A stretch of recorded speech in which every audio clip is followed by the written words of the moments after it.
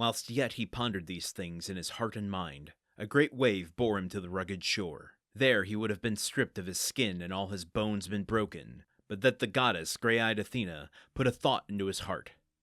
He rushed in, and with both hands clutched the rock, whereto he clung till the great wave went by. So he escaped that peril.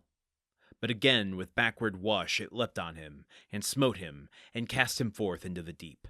And as when the cuttlefish is dragged forth from his chamber, the many pebbles clinging to his suckers, even so was the skin stripped from his strong hands against the rocks. And the great wave closed over him. There of a truth would luckless Odysseus have perished beyond that which was ordained, had not grey-eyed Athena given him sure counsel. He rose from the line of breakers that belch upon the shore, and swam outside, ever looking landwards, to find, if he might, spits that take the waves aslant, and havens of the sea. But when he came in his swimming over against the mouth of the fair flowing river, whereby the place seemed best in his eyes, smooth of rocks, and withal there was a covert from the wind, Odysseus felt the river running, and prayed to him in his heart. Hear me, O king, whosoever thou art.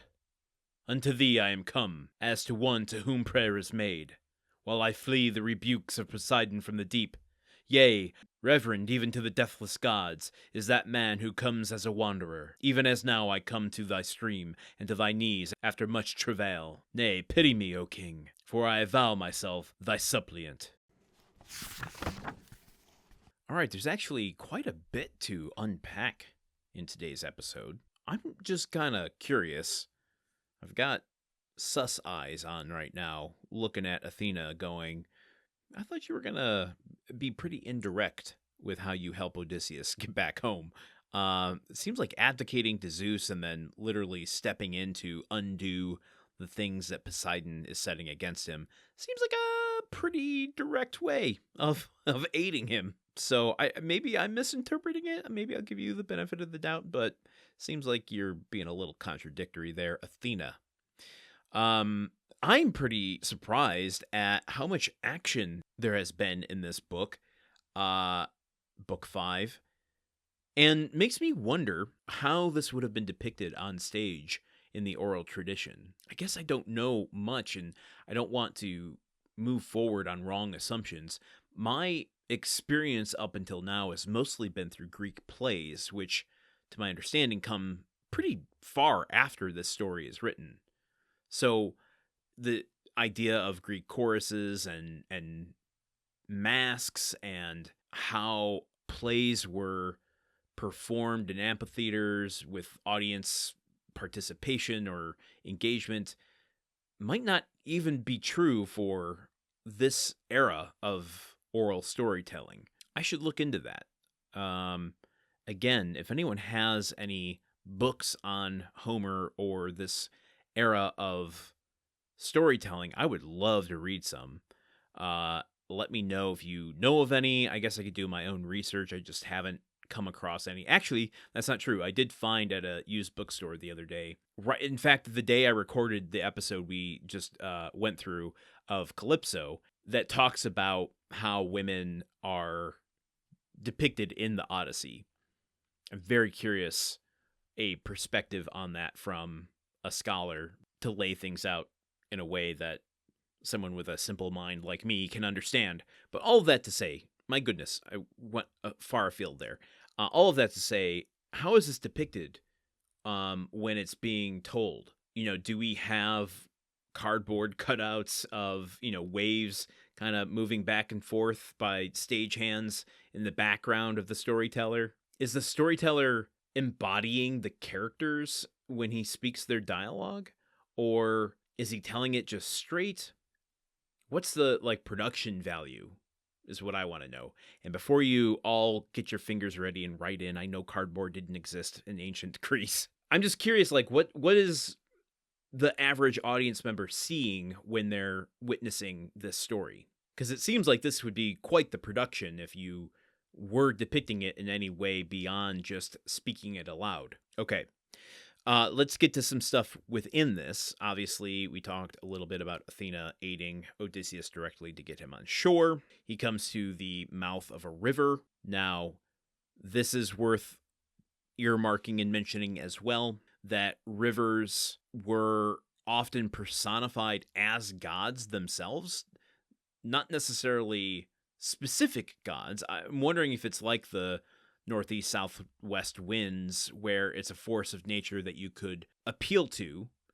But as we see Odysseus do here, he is addressing the river, i.e., a god or king, directly in prayer. And he is doing so as an act of supplication, which at this time and far after was a kind of sacred practice, especially in moments of vulnerability, appealing for aid in a humble manner. I will also say I was kind of surprised, and I'm trying to think if there's another moment we've encountered up to now where it used metaphor or simile, where it was comparing Odysseus to a cuttlefish. That seemed, I mean, obviously that's something that's so, just how you write nowadays, but that stuck out to me as an interesting detail that I don't recall happening so far in this story. So it's really making me wonder, well, why is it there and what is it trying to say? I mean, it's kind of putting both of them,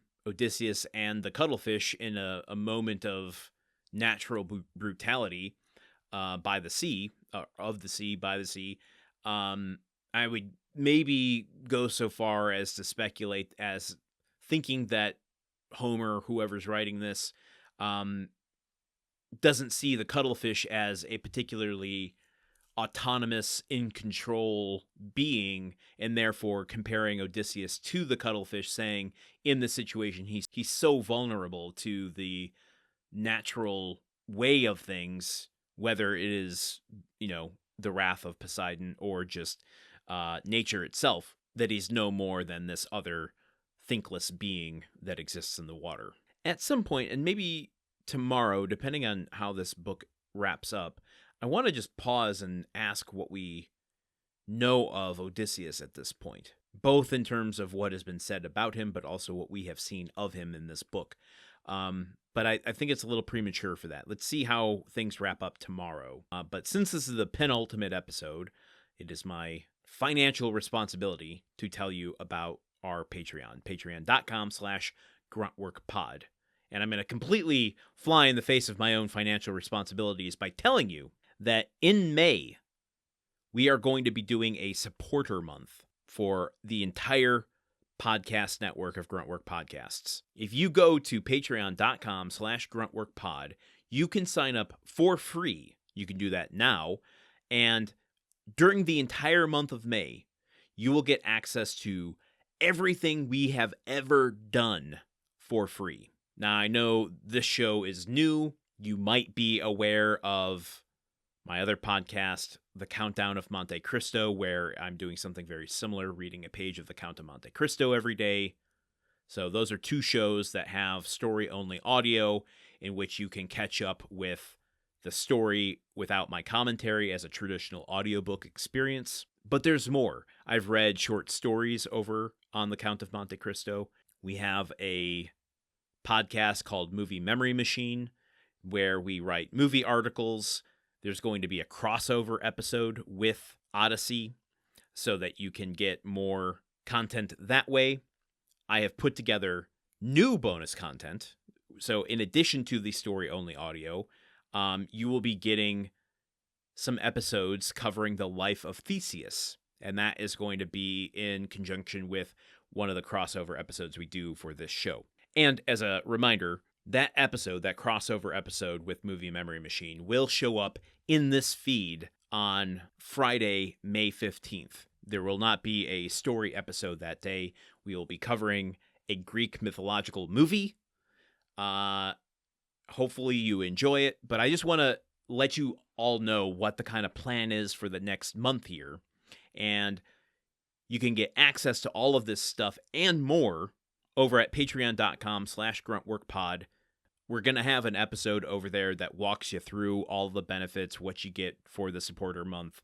And you get it for free. But of course, you can also contribute for as little as $1 per month, but as much as you want to contribute per month to help keep the show on the air, keep all of the shows on the air. You can choose which of the shows you want to directly contribute to. It helps us pay for the website, for hosting, promotion, for all sorts of things, as well as grow the network into other shows that we want to do in the future. We have a net zero goal where we don't want to make money on this necessarily. We just want to break even. For the last 10 years, we've been paying for this out of our pockets, and we figured now it's time that we need it to be paying for itself, essentially. We're not going to be getting rich off this stuff, trust me. We are very aware of that. We just want to be able to cover costs so that we can continue to bring awesome content to all of you. So you can do that over at patreon.com/gruntworkpod. I'll remind you tomorrow, as well as other episodes in the future. But you can also support the show by rating, reviewing on Apple Podcasts, Spotify. You can subscribe and comment on YouTube. You can tell people about the show, send them the website, send them the YouTube feed, tell them that they might enjoy the show because it goes a long way to cutting through the white noise of recommendations and getting someone to actually listen. And finally, if you have any comments, questions, you want to just get in touch with me, there are ways to do that over at the Patreon, patreon.com/gruntworkpod. Check the show notes for all kinds of links that you need to do what you need to do. And tomorrow we will wrap up Book 5. So until then, okay, goodbye. Odyssey is part of the Gruntwork Podcast Network. The show is produced, edited, and hosted by Landon Solano. The original text of The Odyssey, written by Homer. Theme song by Neuroflow. You can support this show and other shows like it by going to patreon.com/gruntworkpod. Thank you for listening. See you tomorrow.